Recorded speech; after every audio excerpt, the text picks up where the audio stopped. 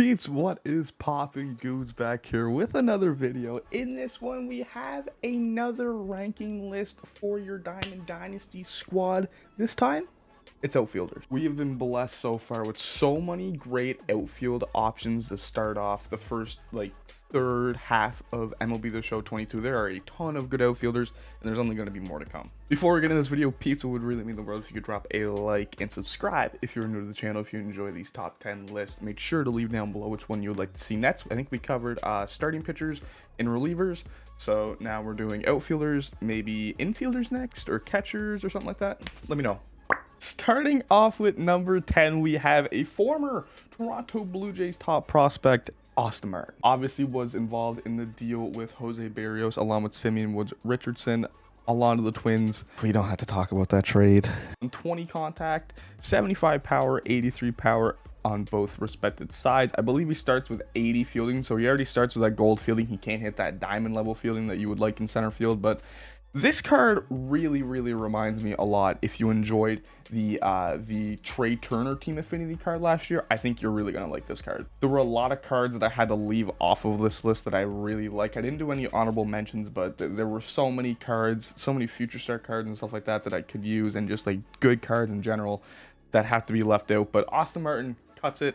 I think, you know, he can also play third and short, so this list isn't just basic. I'm not just doing like 2 left fielders, 2 center fielders, 2 right fielders, like thing like that. I'm just doing my top 10 overall, like top 10 best cards that I think can play the outfield. Okay, doesn't have to be necessarily the primary position, but it's just that they can play the outfield. Number 9 is a new one to the game, just released Friday in the newest Takashi pack. It is Alfonso Soriano, my boy. Absolutely loved his collection card last year. This card's coming in pretty spicy at about 60-70k. You're gonna have to pay for him. 103 contact against righties, 95 against lefties, 90 pop against righties, 107 against lefties. A very well balanced card. I'm not actually sure how he's only a 96, considering he's got diamond defense, he's got 90s and everything, and he's got really good speed. Now you would think of this card and you can see that he can play any outfield spot. With P3 or P4, I believe he could be diamond at those secondaries as well, but he does have diamond in left field, and he can play second. So if you don't have Chase Utley, I would probably put this card at second if your outfield's already kind of stacked, or if you don't have Chase Utley kind of thing. But the reason why this card is so high in this list is because of one thing and one thing only: his swing. If you used Soriano last year, you know that it was kind of difficult to turn on inside pitches with him. I still did really good with this card, but I don't know how good his card would have been if you could actually turn on inside stuff with him last year. I haven't tried him out yet this year, so I'm pretty excited to try him out once I can get some stubs built up and kind of try him out. Maybe after I get the World Series award that's coming out later on tonight. But Soriano number 9, just because of swing. One of my favorite cards, probably my favorite card from like the first 2 months of this game, it's my boy Pujols. 95 Rookie of the Year Pujols. I do have him P4. They've released this Pujols many years, and he's usually like a high 80s, low 90s card, but this card got juice this year. He was the first Chase pack. I think you can still find him at like 50 bucks and stuff like that, but I do have him P4, so he gets 124 contact against righties, 93 against lefties, 104 pop against righties with 107 against lefties. This card is still so serviceable, man. It's just that I feel now there's a lot more cards that, you know, have pretty similar hitting attributes that are also better in the field and are faster, kind of like how Soriano was. I know I have Pujols above him, but it's because I did so good with Pujols, bro. I might have to pick this card back up. I just don't know where I would put him. He's kind of just lost his spot in my team, but this card is absolutely insane, guys. No matter what difficulty you're playing on, he can play the corners. He can play the corners actually both in the infield and the outfield. So I mean, I've tried him, I think, in left. I tried him at third and he was fine. I preferred him more at third, but hey, his primary position is outfield, so he qualifies for the list. I'm very excited to see the 99 Pujols this year, bro. That card is going to just be coming in. This one's going to be a little bit of a surprise. Coming in after Albert Pujols at number 7 is Nick Castellanos. Now listen, you look at this card and you think, okay, well, it's Castellanos. We obviously know how good he is. He's just so good in game. The reason why this card, I almost wanted to put this card in the top 5, bro. His fielding fielding, don't get me wrong, his fielding and his speed may scare you, but he's maxed out against lefties. I would say arguably the two best pitchers in this game that people have are lefties in Randy and Keuchel. He's still not bad against righties, 96 102 with at a P1, and if you get him paralleled up enough, he can actually get silver defense, which is a huge difference compared to bronze. He can play right, he can play left. I would probably stick him in right just to keep him. I think old Casty cards used to, he had a card where he could play third as well, but at least not this one. I would probably put him in right and just try and get him paralleled up a little bit so that he can get that silver feeling. And I mean, bro, we all know what Castellanos can do. I mean, bro, this card has been insane since I bought him. He's got such a good swing. He's literally he's gonna be like, if you don't even want to start him, go buy him for your bench. He will be the best bench bat against a lefty all year. And I mean, I know it's a lot of subs at 60k, but I would stick him in your team unless you literally have the three guys that I have at 1, 2, 3 in this list in your outfield already. I would go buy Casty, go stick him in right field, put him in like the 3, 4, 5 hole, and just let him do his thing. And before I get called a Blue Jay homer, I had to put my man Georgie Springer in here. Mr. made a sugar himself. The man cannot stay healthy, unfortunately, but prime Springer card, bro. This card has lived up to the hype that I thought it would. He's been yeah, he's been pretty solid for the squad. He is already P2, so he does get 93 contact against righties, 97 against lefties, 104 and 101 against lefties. This card he's nice, man. He's got diamond defense right off the rip. He's got decent speed. I'd like the speed to be a little bit faster, but I mean, Springer's not really, like, he wasn't really known to be like the fastest guy in the field, but he is an excellent fielder, man. That 96 reactions, he will get some amazing jumps to the ball. And when you look at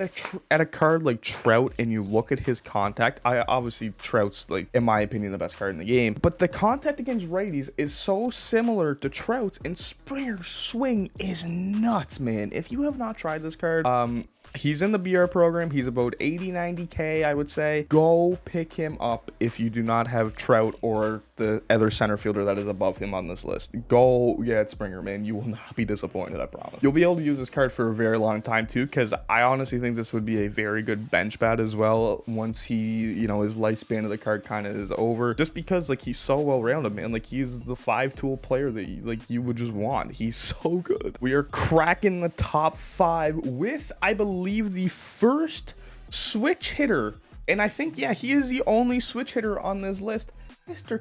MARTE. I do have him P2, so he gets 113, 121 contact to both sides, and his power is the same to both. So his normal card, I believe, is 79, so you just gotta get him P1 to get it above that 80, which is, like, you know, kind of like the threshold that people kind of look for when it comes to power. This card, dude, does not feel like he has 81 power, though. I've used this card. All of these have been on Legend. I used this card the entirety of the Summer Circuit Qualifier in the game that I played that you guys saw. So all of these games, man, in all of his, like, it's at the minimum on Hall of Fame. I think I might have had this card maybe during 1 BR, and I think 376 average, man.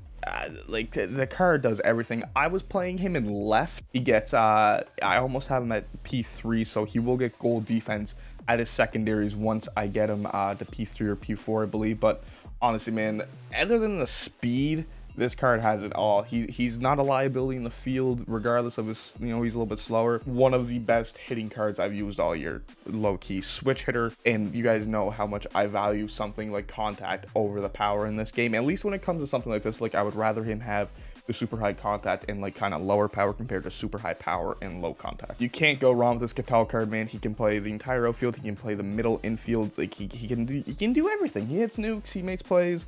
I actually used him at shortstop for a couple games too, and he was really, really good. So Cattell, man, I kind of want to stop using this card, so that when the circuit comes around again, the fall circuit where they do one, that I can just use Cattell again, because I almost have him at P3, and once he gets to P3, he'll be a 95, and he won't qualify as, like, one of the lower diamonds. So that's why, that is the only reason why I'm not using this card in my rank team right now. Coming in at number 4, it's unfortunately a freshly downgraded Ronald Acuna Jr. I do have him P5, so -5 to all of his attributes, and that is what his normal card is. This card, man, I'm not gonna lie, I would say the time that Trout, like, the 2-week period, 3-week period that Trout was downgraded, he was my favorite card in the game. 83, 90, 91, 116. So he's obviously really, really juiced against lefties, and he doesn't have the day because it's a Monday and most teams have off days on Mondays, but on inside edge, bro, against righties, this card is sickeningly good. He's got one of the best swings in the game. It's kind of trolly that with P5 he gets 79 fielding and not 80. Doesn't get that goal defense, I don't think, but maxed out arm, he can you can play him in center, you can get away with him in center. I personally wouldn't recommend it. I would just keep him in right if you have him, just so he doesn't get any defensive penalties. His reaction stays decent. His fielding and reactions will always be the same stat no matter what parallel you have him at. When he's up against righties, bro, I genuinely think he gives Trout for a run for his money, but obviously that's not gonna happen every day. But Acuna, man, especially as I said earlier, when you face all those lefties, when you face Keuchel, when you faced Randy, obviously, you want a card like Acuna out there. Show my stats to them one more time, man. This is, I think he was one of like the first high diamonds I got in this game, and he literally just left my team after his last downgrade, so that kind of took a little bit out of him. But Acuna, top 4, easy peasy, lemons squeezy. We're coming into the top 3 now. This is literally just based off, I think personally these are the 3 best outfielders in the game, and it is what my outfield is currently, so we're just gonna kind of talk about them all like in the same. Number 3 is the Bambino himself, Mr. Babe Ruth, the Takashi collection. This won't be the best Ruth card, but this is like a fantastic time to drop a, like, I guess a mid-tier Babe Ruth, even though he's still incredible. You can play, it's so funny to me that he could play center field. I don't think I've ever seen somebody put Babe Ruth in center field, but maybe that could be like a challenge for a video. I do have him P2, so he gets 114, 111, 108, and 103. It says he has goal defense. I'm not quite sure where they're getting that from, but he doesn't. He has silver. He's slow as shit. He waddles. He's got the waddle animation. We all love Babe and his waddle animation, obviously. This card has been nothing short of fantastic for me so far, bro. He hasn't really hit a ton of home runs, but to be fair, bro, I have faced a decent amount of lefties with him already. So like that's the one thing. If you're comfortable lefty, you won't have any problems. But it's kind of tedious having someone like a card like this, just because there are so many lefties. But I mean, bro, it's the Babe. Like he's gonna hit nuked anyways. I'm currently rocking him in left field. I don't have him in right field just because my right fielder is literally the best fielder in the game, who you guys will see in a short second. But I believe Babe is much cheaper now since the Takashi pack came out, so definitely go pick him up. I think he's needed. I mean, he needed for George, but anyway, pretty well, so definitely go pick up Babe, man. You will not be disappointed. He's a lot of stubs. I mean, he's probably not a lot anymore, really, but he's a lot of stubs. Mr. Purse himself is coming in at number 2. I really wanted to put Clemente number 1, bro, just because, like, I do like this card. I do. I didn't think I was going to with this. Like, Clemente is like you either got to drop Clemente as a collection reward, like how they did this year, or he has to be like the first wave of 99s to come out. You know what I mean? Card's got maxed out contact, maxed out fielding, so that's like 2 S+ tier. Like no other card in the game has that, I don't think, at least not to this level. 76 speed, so I mean, like, he's gonna be playing right field for you. You don't really need a ton of speed out there. You just got to get to the ball, and he will literally hose anybody that tries to run on him. The only little downside to this card is his power. But I find if you're playing at like a higher elevation stadium, like a Coors Field or a Laughing Mountain, or maybe like a custom stadium if you're at one, you don't really notice it as much. But it's so game to game with how the game is and how the game is with cards like this that have maxed out contact and like kind of iffy power. Like, and not everything will be a home run. He's been absolutely insane for me. Do not get me wrong. I love Clemente. He's been one of my best hitters and one of my clutch hitters all year. I just feel like one game he's really good, and then the next game, like, the same swings that were going out the game before are just not, and that's why I can't put him number 1. But there is a very good reason why I can put this man number 1. Mr. Michael Trout, the fish himself, fresh off. I can't believe they downgraded him, bro. Like, I get that he was 0 for 24, but like, dude, it's Trout. Like, I'm sorry to Hunt, my man, my editor who is editing this, but he is the father of the Seattle Mariners. Why are you the way that you are?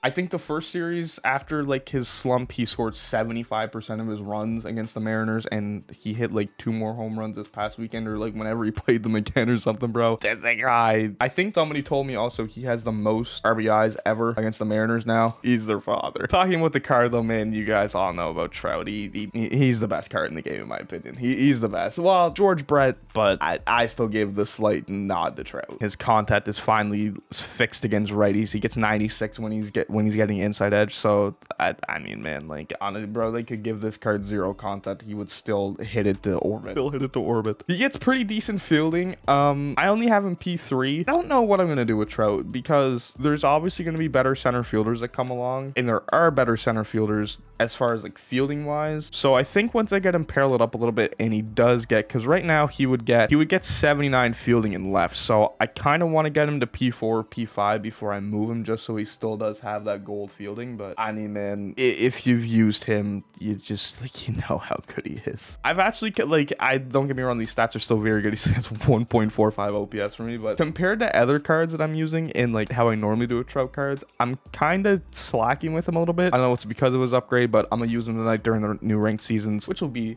streamed live on my Twitch channel. Go check out those links down below. I think he's gonna go absolutely insane on Hall of Fame for me tonight, so I'm very excited. I have him leading off. He's the I still think he's the best card in the game. Let me know what you guys think about the list, and let me know if you thought that there were cards that I want to throw in too, bro. Like I wanted to throw like the Mookie card in and stuff like that, and like Luis Gonzalez or like Larry Walker and stuff like that. But there's just so many cards, bro, that there's gonna be cards that are gonna be left off. I appreciate you guys, man. As always, thank you guys once again for 2K subs. Have a special video coming out with that tomorrow, so be sure to go check that out. I appreciate you guys, man. Drop some love.